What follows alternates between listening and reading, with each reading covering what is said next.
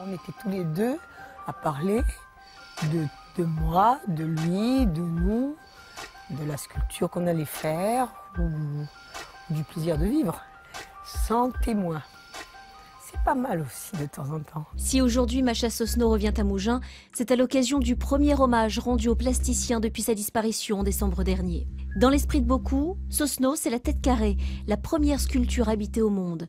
Un projet que Macha Sosno a vu grandir. Et ça a été ça d'abord. Et puis après, ça a grossi. Après, il y a eu le projet de la tête carrée, qui a duré longtemps, pendant 15 ans, pour trouver la manière de l'exécuter. Pour monter cette exposition, il a fallu se plonger dans l'atelier encore frais de l'artiste. Une sorte de caverne d'Ali Baba avec des trésors à profusion. Oh là là, c'était très difficile de choisir.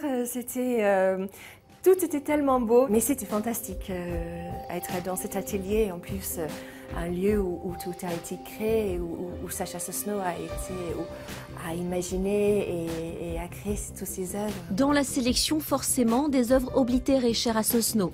C'est le travail de photographe de l'artiste qui lui inspira ce concept du cachet pour mieux montrer. Sosno disait que le plus important, c'est ce qu'il reste. Et c'est pour qu'il reste beaucoup de Sosno que Macha tenait à lui rendre hommage si tôt. Peut-être qu'il n'est pas content. Peut-être qu'il dit « t'aurais pu attendre, je suis fatiguée, moi, t'as pas compris ». Mais je crois qu'il doit être très fier. Macha et Sacha faisaient corps et encore aujourd'hui. Sacha n'a pas pu mener à bien tous ses projets et c'est Macha qui va le faire pour lui. Le prochain sera l'installation d'un saxo de 12 mètres dans la ville d'Antibes.